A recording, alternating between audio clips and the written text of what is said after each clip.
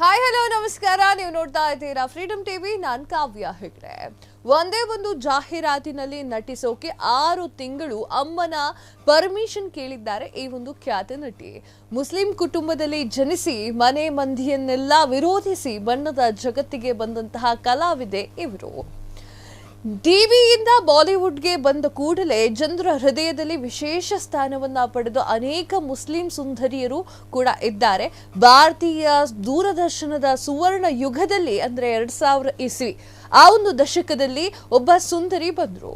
ಅವರ style, smile, ನಟನೆ, ಮುಗ್ಧತೆ ಎಲ್ಲವೂ ಕೂಡ ಎಲ್ರಿಗೂ ಹುಚ್ಚೆದ್ದು ಹೋಯ್ತು. ಸಾಂಪ್ರದಾಯಿಕವಾಗಿ ಮುಸ್ಲಿಂ ಕುಟುಂಬದಿಂದ ಬಂದಂತಹ ಈ ಒಂದು ಸುಂದರಿ ತನ್ನ ಕುಟುಂಬದ ವಿರುದ್ಧ ನಿಂತು ಇಂಡಸ್ಟ್ರಿಗೆ ಬಂದವರು. ನಂತರ ಮದುವೆಯ ವಿಚಾರಕ್ಕೆ ಬಂದಾಗ ಅವರು ಬಯಸಿದಂತೆಯೇ ಅಂತರ್ಧರ್ಮಿಯನ್ನು ಕೂಡ ವಿವಾಹವಾದ್ರು. ನಾವು ಹೇಳ್ತಾ ಇರುವುದು ಯಾರ ಬಗ್ಗೆ? ಎಸ್, ಈ ವಿಡಿಯೋವನ್ನ ಕೊನೆ ತನಕ ನೋಡಿ. ರಹಿತ್ತೋ ಹೋಗಾ ಈ ಒಂದು ಚಿತ್ರ ಕಶಿಶ್ ನೆನಪಿದೆಯಾ? ನಟಿ ಆಮ್ನಾ ಶರೀಫ್ ಅವರು ಸೌಂದರ್ಯ ಎಲ್ಲರನ್ನೂ ಕೂಡ ಬೆಚ್ಚು ಬೆರಗುಗೊಳಿಸುತ್ತೆ. ಆದರೆ ಅವರ ವೈಯಕ್ತಿಕ ಜೀವನವೂ ಒಂದು ಚಲನಚಿತ್ರ ಕಥೆಗಿಂತ ಏನ್ ಕಡಿಮೆ ಇಲ್ಲ ಅಂತ ಹೇಳಿ ನಿಮಗೆ ತಿಳಿದಿದೆಯಾ? ಈ ಒಂದು ವಿಡಿಯೋವನ್ನ ಪೂರ್ತಿಯಾಗಿ ನೋಡಿ. ಆಮ್ನಾ ಶರೀಫ್ ಸಾಂಪ್ರದಾಯಿಕ ಮುಸ್ಲಿಂ ಕುಟುಂಬದಲ್ಲಿ ಜನಿಸಿದವರು. ಅವರ ಕುಟುಂಬದ ಹುಡುಗಿಯರು ನಟನೆ ಅಥವಾ ಗ್ಲಾಮರ್ ಜಗತ್ತಿಗೆ ಪ್ರವೇಶ ಮಾಡುವುದು ಸುಲಭವೇನಾಗಿರಲಿಲ್ಲ. ಆದರೆ ಆಮ್ನಾ ಚಿಕ್ಕ ವಯಸ್ಸಿನಿಂದಲೇ ತಾನು ತನಗಾಗಿ ಹೆಸರು ಗಳಿಸಬೇಕು ಅಂತ ಹೇಳಿ ದೃಢ ನಿರ್ಧಾರವನ್ನು ಕೈಗೊಂಡಿದ್ರು.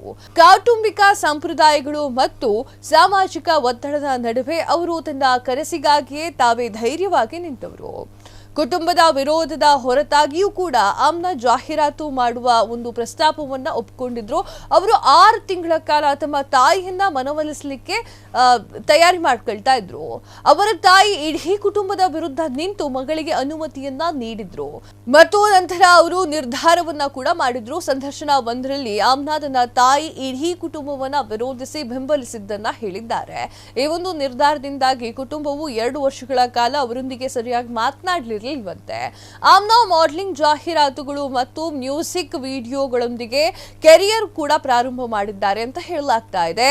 ಕುಮಾರ್ ಸಾನು, ಫಾಲ್ಗುನಿ ಪಾಠಕ್ ಮತ್ತು ದಲೇರ್ ಮೆಹಂದಿ ಅವರೊಂದಿಗೆ ಕೆಲಸ ಕೂಡ ಮಾಡಿದ್ದಾರೆ. ನಂತರ ಅವರು ಏಕ್ತಾ ಕಪೂರ್ ಅವರೊಂದಿಗೂ ಕೂಡ ಜಾಹೀರಾತಿಯಲ್ಲಿ ಕಾಣಿಸಿಕೊಂಡಿರುವಂತದ್ದು. ಹಾಗೆ ಕಹೀಂ ಥೋ ಹೋಗಾ ಹೀಗಾಗಿ ಇದೊಂದು ಆಡಿಷನ್ ಕೂಡ ಮಾಡಿದ್ರು. ಅಲ್ಲಿ ಅವರು ಕಾಶಿಶ್ ಸುಜನ್ ಅವರ ಪಾತ್ರವನ್ನ ಕೂಡ ಮಾಡಿದ್ರು. ತೆರೆಯ ಮೇಲೆ ಕಾಣಿಸ್ಕೊಂಡಿರುವಂತದ್ದು. ರಾಜೀವ್ ಅವರೊಂದಿಗೆ ಅವರು ಕೆಮಿಸ್ಟ್ರಿ ಟಿವಿ ಇತಿಹಾಸದಲ್ಲಿ ಒಂದು ಪ್ರಸಿದ್ಧಿ ಅಂತಾನೆ ಹೇಳಬಹುದು. 2000ದ ದಶಕದಲ್ಲಿ ಆಮ್ನಾ ಟಿವಿ ಶೋನಲ್ಲಿ ಅತ್ಯಂತ ಜನಪ್ರಿಯ ಮುಖವನ್ನ ಹೊಂದಿದ್ದವರು. ಹಾಗೆ ಅಭಿಮಾನಿಗಳು ತುಂಬಾ ಕ್ರೇಜಿಯಾಗಿ ಕೂಡ ಇರ್ತಿದ್ರು. ಅವರಿಗೆ ರಕ್ತದಿಂದ ಲೆಟರ್ ಕೂಡ ಬರಿತಾ ಇದ್ರಂತೆ. ಇದು ಕೂಡ ಅವರ ಜನಪ್ರಿಯತೆಗೆ ಒಂದು ಕಾರಣ. ಅದನ್ನು ಕೂಡ ತೋರಿಸುತ್ತೆ ಅವರು ಎಷ್ಟು ಜನಪ್ರಿಯತೆಯನ್ನು ಹೊಂದಿದ್ದಾರೆ ಅನ್ನೋದು. ಅದು ಈ ಒಂದು ಸಮಯದಲ್ಲಿ ಟಿವಿ ತಾರೆಗಳು ಅಪರೂಪವಾಗಿ, ಅದು 2000 ದಶಕ ಇದೆಯಲ್ಲ ಆ ಒಂದು ದಶಕದಲ್ಲಿ.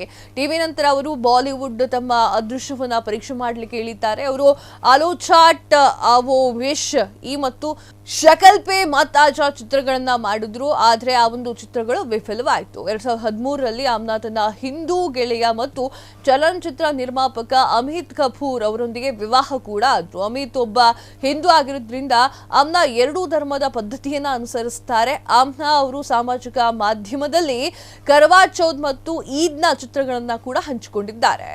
ಮದುವೆಯ ನಂತರ ಅವರು ನಟನೆಯಿಂದ ವಿರಾಮವನ್ನ ತೆಗೆದುಕೊಂಡು ತಮ್ಮ ಕುಟುಂಬದತ್ತ ಗಮನವನ್ನ ಹರಿಸಿದ್ರು. ಅವರಿಗೆ 2015ರಲ್ಲಿ ಅರೈನ್ ಅನ್ನುವಂತಹ ಮಗ ಕೂಡ ಹುಡ್ತಾನೆ. ಮದುವೆ ಮತ್ತು ಮಗನೊಂದಿಗೆ ಆರಾಮಾಗಿ ಜೀವನವನ್ನ ಕಳ್ಕೊಂತಾ ಉದ್ಯಮದಿಂದಲೂ ಕೂಡ ಸ್ವಲ್ಪ ದೂರ ಉಳಿದಿದ್ದಾರೆ. ಆದರೆ 2019ರಲ್ಲಿ ಅವರು ಏಕ್ತಾ ಕಪೂರ್ ಅವರ ಕಸೌಥಿ ಜಿಂದಗಿ ಖೇ 2 ಈ ಮೂಲಕ ಮತ್ತೆ ಚಲನಚಿತ್ರಕ್ಕೆ ಎಂಟ್ರಿ ಕೂಡ ಕೊಡ್ತಾರೆ. ಅವರು ಕೋಮೋಲಿಕಾ ಚೌಬೆ ಈ ಒಂದು ಪಾತ್ರವನ್ನ ವಹಿಸ್ತಾರೆ. ಅದನ್ನ ಈ ಹಿಂದೆ ಊರ್ವಶಿ ಅವರು ಕೂಡ ಮಾಡಿರುವಂತದ್ದು. ಹಿನಾ ಖಾನ್ ನಿರ್ವಹಿಸಿದ್ರು.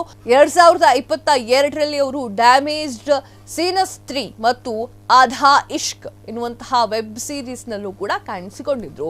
ನೋಡಿದಲ್ಲ ವೀಕ್ಷಕರೇ, ಎಷ್ಟು ಸಾಂಪ್ರದಾಯಿಕವಾಗಿ ಇದ್ದಂತಹ ಮುಸ್ಲಿಂ ಕುಟುಂಬದಲ್ಲಿ ಒಂದೇ ಒಂದು ಜಾಹೀರಾತಿಗಾಗಿ 6 ತಿಂಗಳ ಅಮ್ಮನನ್ನ ಒಪ್ಪಿಸಿ ಇಡೀ ಪ್ರಪಂಚ ತನ್ನತ್ತ ತಿರುಗಿ ನೋಡುವಂತೆ ಮಾಡಿದ್ರು ಈ ಒಂದು ಹೀರೋಯಿನ್ ಅಂತ.